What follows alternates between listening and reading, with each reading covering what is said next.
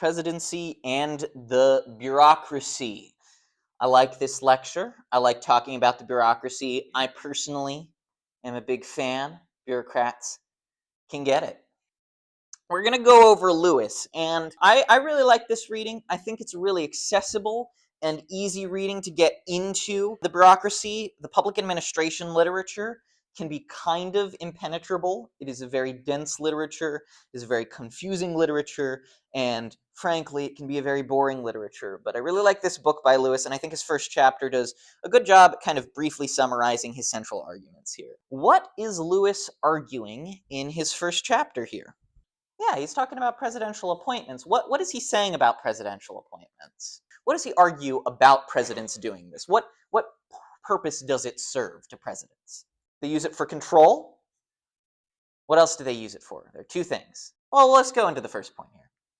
So he talks about this process called politicization, and he argues that politicization weakens agency expertise in performance. What's the example that he uses at the beginning of this chapter here? Hurricane Katrina. So the FEMA response to Hurricane Katrina was not great. It was not a great response to a natural disaster.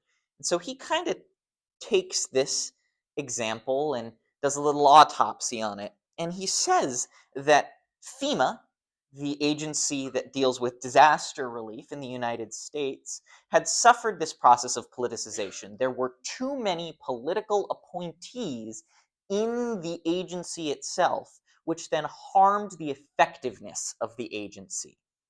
Why would this happen? Why would too many political appointees harm the effectiveness of an agency? Exactly. They lack the necessary skills, knowledge, and experience that goes with that position. He says that these FEMA appointees didn't have the necessary qualifications for the roles to which they were assigned. And this is because presidents use appointments for control, yes, but also for patronage. Can anyone tell me what patronage is?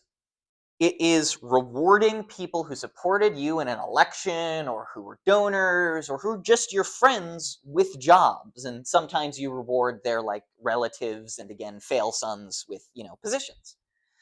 So presidents strategically use the appointment process to gain control. Is fairly self-explanatory of an agency. If you have your guys in there, they're going to do what you say. But also as a reward, you won us the state of New Hampshire in the primary because you have a lot of roots there, so I'm going to make you my EPA director. It doesn't matter that you were, a Wall Street banker before this and know nothing about environmental protection. I'm going to put you in there, bud. And finally, this belies this need for a balance between democratic control and competence. Lewis says that these appointments aren't all bad news, right? Having these appointments does give some amount of democratic validity to these agencies. There's something a bit skeezy about the idea of a bunch of career bureaucrats making all of the decisions for our lives because nobody voted for them. There's kind of a gloss that comes along with these appointees because even though we didn't vote for them, we voted for the guy who put them in there. So the idea is, if we put them in there, or we voted in the president, then we voted in his vision for what this is supposed to be like. And so ideally, his appointees reflect what the public wants. But there's a balance then. There can't be too many of them that we experience politicization, because we still need that career competence in there in order to effectively govern. Article 1, Section 7. Key point, presidential review, relative to our lecture here. Article 2, Section 4. Yep, high crimes and misdemeanors. And finally, the 25th Amendment. Very important because we got a lot of old-ass presidents. Yes, in the case of disability. So if they classically go under anesthesia, this is what this is for. Or if they, get shot, in the case of Ronald Reagan, and, can't sign over their authority to someone else while they're in surgery to, get the bullet out. That's what that's for. Let's get into the meat and potatoes of this. The president and the bureaucracy.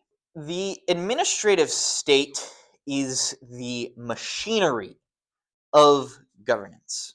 We've established that Congress originates laws, they legislate, they create the laws. The president is the chief enforcer of laws, the executor executes laws.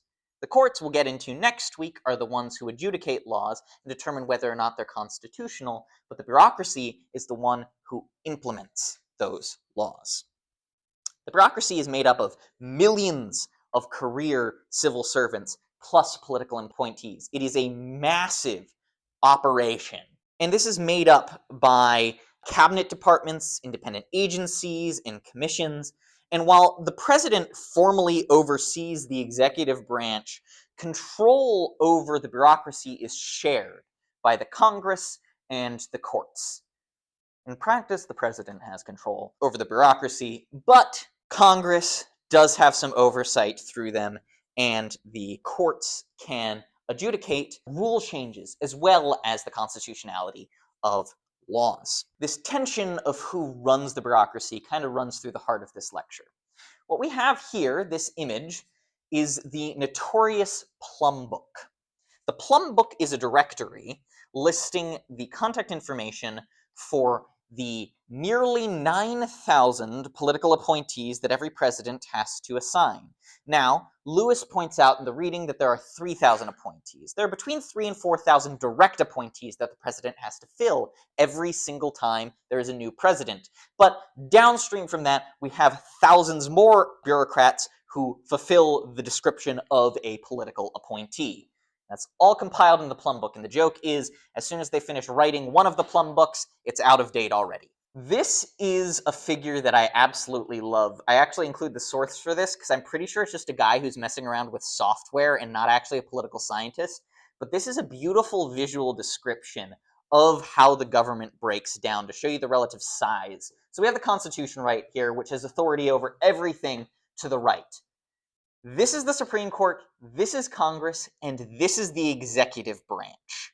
When it comes to the bureaucracy, sure, in the executive branch here we have the executive office of the president, the vice president, the president, and certain departments of the executive branch, right? But essentially, this pinkish, purplish line here, this yellowish line here, and this pink line here, that's entirely the American bureaucracy. Just to give you an idea of the relative scale of it compared to the Supreme Court and Congress when it comes to specific entities that they oversee.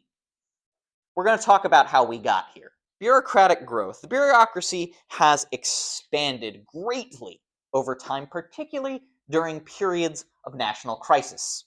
We already talked about this last class, but FDR's New Deal dramatically grew federal agencies to regulate the economy after the Great Depression. This is then expanded even further in the 1960s with Lyndon Baines Johnson, LBJ's Great Society programs. Those are, housing and urban development, Medicare, Medicaid. What he does here is he adds health, education, and welfare programs that all need new agencies to administer them, or at least an expansion of old agencies to administer them. Additionally, well, this is very appropriate for today's lecture, I suppose, post 9/11, you see a huge expansion of the security state as well, the creation of the Department of Homeland Security, as well as an expansion of the NSC's authority and intelligence collection. Each expansion increases both the president's role in oversight in the bureaucracy as well as political struggles over bureaucratic control. There are growing administrative demands, too, to support all of these expansions. You often hear this idea that there's this massive, inefficient, bureaucratic state that is wasting taxpayer dollars, but in reality, for us to live how we want to live and how we have grown accustomed to living, it needs to be at least this large, if not larger, to effectively govern this massive country of ours. So presidents influence agencies through, obviously, appointments of secretaries, administrators, and commission members. We already talked a lot about their appointment powers. The Office of Management and Budget, OMB, they also have regulatory review. That's reviewing proposed regulations, and that gives presidents some leverage over the rulemaking process. We also know that executive orders direct agencies in implementing specific policies that the president wants. Here's Donald Trump, as soon as he got in office, signing a slew of executive orders. This is tradition at this point, particularly when we change parties between presidents. Democrats and Republicans both do this. And of course, the president, while Congress has to approve budgets, they have the power of the purse. Presidents can propose budgets, and budgets obviously signal priorities.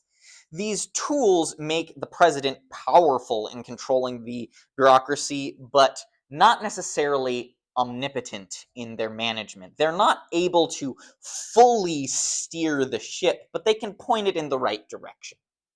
There are, of course, limits the president faces. First are independent commissions, like the Fed or the FTC, that are designed, in theory, to resist political influence from the executive. We've seen a lot of pushback between Donald Trump and the Fed right now over their continued refusal to lower interest rates and his strategic ousting of certain Fed governors. We also know about congressional oversight. We've covered this. Congress controls budgets, they hold hearings, and they write laws. Particularly, they write laws and can write laws to constrain agency overreach. Courts have the authority to review and strike down rules in the same way that they have judicial review power for laws that Congress passes. And also, agencies themselves can use their expertise and their institutional norms to push back against the president as well. And they can bend policies towards their bureaucratic norms rather than politics. This can be as simple as saying, I'm sorry, we have laws or we have rules within our institution that say we have to enact something a certain way, or it can go as far as something called guerrilla government. I don't mean gorilla as in the ape, I mean guerrilla as in the fighter. It's a term that is typified by Rosemary O'Leary's book, The Ethics of Dissent, in which she talks about cases in which career bureaucrats straight up disobeyed directives from their agency heads or from presidents in order to more closely align the policies with the missions of the bureaucracies that they were a part of. First, let's talk about principal agent theory. We're going to boil it down to the rudiments here. In this case, we have elected officials. They're the principals trying to control bureaucrats. They're the agents. So, in principal agent theory, you have a principal giving directives to an agent. It's really simple, one of the simplest theories I think we have out there. In the case of political control, these political operatives are trying to exert their force over the agents themselves, the bureaucrats, regardless of whether or not that is in statute that they can do that. We also have notions of police patrol and fire alarm oversight. So McCubbin and Schwartz in 1984 come up with this idea. There are two types of oversight that you can do for the bureaucracy. The first and more common one is fire alarm oversight. That's when something happens or an agency does something, and then Congress or the president post-mortem sends an inspector general out or something to figure out what happens. When there's you don't call the fire department unless there is actually a fire happening. The rarer and much more costly form of oversight is police patrol oversight. That would be where you have Congress or the president continuously checking in and making sure that agencies are following exactly what they're supposed to do to the letter. This is far rarer simply because it's much harder. You saw how many bureaucratic agencies there are, and think of how expensive that would be. At the same time, this relationship between police patrol and fire alarm oversight is kind of asymmetrical. While Congress and the president practice fire alarm oversight, in a way, agencies are kind of practicing continuous police patrol oversight. They have to continuously check in with public opinion, public mood, and politics of the day to anticipate the desires of political actors and change their behavior to accommodate those desires. This is partially in a way to protect the agency from criticism, self-protection, but also because generally bureaucrats are not these, creepy people behind the scenes trying to change things one way or another, but because they have high public service motivation. They want to help the public, and they do that by representing their interests. Bureaucracies aren't passive agents. They don't just exist as these nebulous entities out there. Agencies develop structures reflecting political bargains and accumulate autonomy through expertise and reputations. The EPA develops a reputation and is known for something, and also how effective they are at service delivery. Hurricane Katrina did a lot to damage the administrative reputation of FEMA, something they have not really recovered from since. The idea is then that agencies can wield this reputation as power. If an agency has a reputation for being very impartial, for giving good service delivery, for coming in as close to under budget as they can, then they're more likely to be listened to on the political side of things, and also by the general public. Professional norms and long-term staff that exist in these agencies for a long time ensure continuity across partisan turnovers in the administration.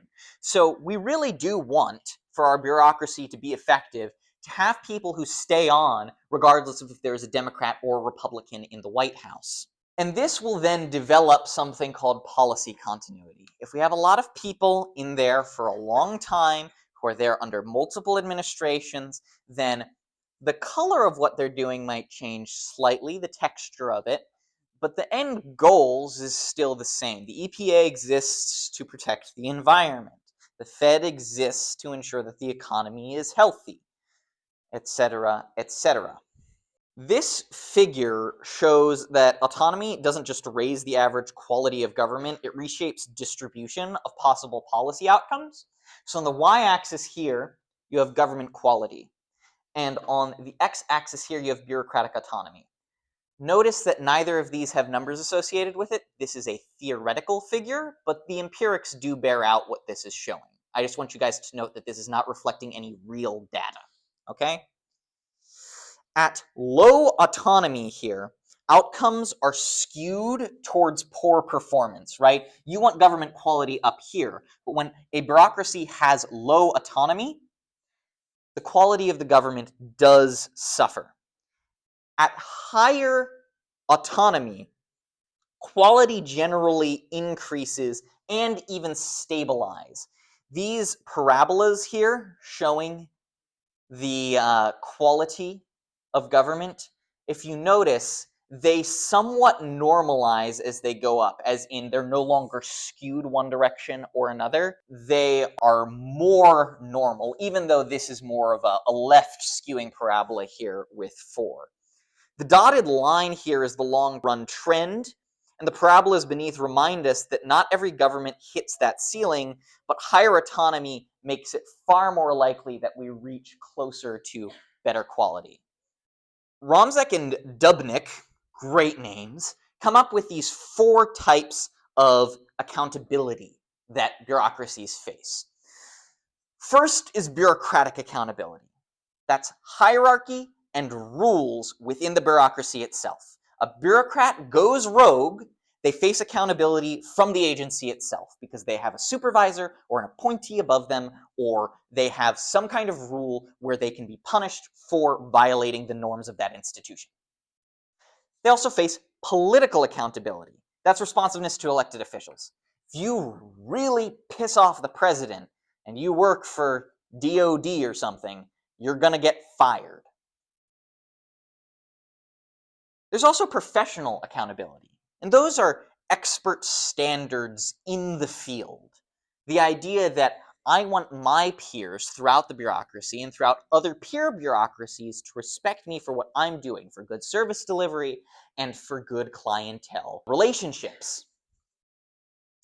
And finally, there's legal accountability. And that is if you actually break a law or you break a statute, you're going to go to court. There are dilemmas within all of this because this is not as black and white as we'd like to believe. I'm not going to break down all of these, but let's look at the relationship, for instance, between interest groups and bureaucracy. Interest groups will lobby Congress in support of a bureaucratic agency that they like and ideally get more funding from Congress for the bureaucracy.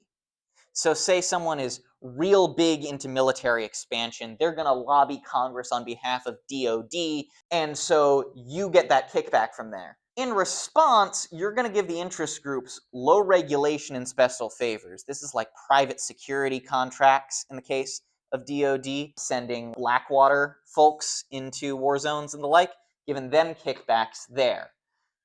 That's a very dark view of this, but there are dilemmas with all of these because these are inter-interested groups. They want to scratch each other's backs as much as they also want to hold each other accountable. This also belies bureaucratic politics. Bureaucratic politics models emphasize competition between agencies. There is overlap between some agencies and others. Think about the Department of Defense and the Department of Homeland Security. Both of them are interested in intelligence gathering. Both of them are interested in national security. Each defends their turf, their resources, and their clienteles. When I say clientele, that is the group of people that this agency is serving. This leads to something called fragmentation. Fragmentation is historically, or at least more easily understood in like a federalist system, where say you have your local agency covering some issue. At the same time, you have a county agency covering the same thing, and a state agency covering the same thing, and a federal agency covering the same thing, overlapping each other. That's kind of vertical fragmentation. There's also horizontal fragmentation, in which you have your Department of Homeland Security and your Department of Defense also covering the same area. And that's a deliberate political design. Congress in particular prefers overlapping jurisdictions to prevent unilateral control by the executive and by the bureaucracy. This makes government less efficient, but ostensibly more politically accountable. And I have a little political cartoon here that says, we have to respond to the suggestion that the government is overly bureaucratic. I suggest we set up a subcommittee to look into the possibility of thinking about who might join a policy group to draw up a paper with some suggestions as to how we might start thinking about the problem. That's how a lot of people think about bureaucracy. Some scholars, like Moe in 1989, would say, like, that's kind of the whole idea. The idea is that it is inefficient. Modern presidents rely more and more on administrative strategies to execute their agendas. That's executive orders, signing statements, and regulatory review, because they're trying to bypass that legislative gridlock that we talked about before. They can't deliver their agendas as easily as they historically did through statute, so they're going to do it through rulemaking. They can do this through directing agencies, but at the same time, in theory, the courts rein in their unilateral authority. Bureaucracy is both a presidential tool, but also an independent institution here, right? And everybody wants their thumb in the pie. There have been bureaucratic reform efforts. I'm not going to be here and say, like, bureaucracy is the best thing ever and it's perfect and whatever. It's a little broken, and people have tried to change it over time. First, you have the granddaddy of bureaucratic reform, the Pendleton Act in 1883. It establishes a merit-based civil service, which ostensibly ended the spoils system of the early 19th century. We talked about patronage. Patronage and the spoils system are roughly synonymous. The spoils system was just a more aggressive form of patronage. If you ever want to look more into it, Andrew Jackson was like the father of the spoils system. The goal with this reform is neutral competence. Bureaucrats should be skilled professionals and not partisan operatives. Still, debates over reform continue today. Presidents often push for responsiveness and flexibility in the bureaucracy because they want them to be able to bend however they want them to, but Congress often defends protections for the bureaucracy, for this merit-based civil service reform, to avoid politicization, really so they can keep control over it a little bit more. I want you guys to note here that this is a political cartoon of President Grover Cleveland uprooting a tree that says spoils system under it. The Pendleton Act was not passed under Grover Cleveland's presidency, either of his non-consecutive ones, but rather during Chester A. Arthur's presidency. For Grover Cleveland, he still did continue the civil service reform. Key takeaways here. The bureaucracy is essential to implementing laws. It's kind of the whole reason our government works, but it isn't fully under presidential command. Presidents can use appointments, budgets, and unilateral tools, but the Congress and courts and agencies themselves can constrain presidential overreach. They do this through developing autonomy of their own, through institutional expertise and those professional norms that we talked about. At the same time, there are multiple accountability systems that keep the agencies themselves in check. And there are conflicts over those accountability systems too, as there should be for this to be a healthy and growing and changing system. Ultimately, bureaucratic structure reflects political bargains more than neutral efficacy. As much as I am a fan of the bureaucracy, because I think it's pretty cool, and as much as we'd like to think the bureaucracy in abstract is all of these people with really high motivation to serve the public, who really have everybody's interest at heart, it is the result of political bargaining and politics a lot more than it should be.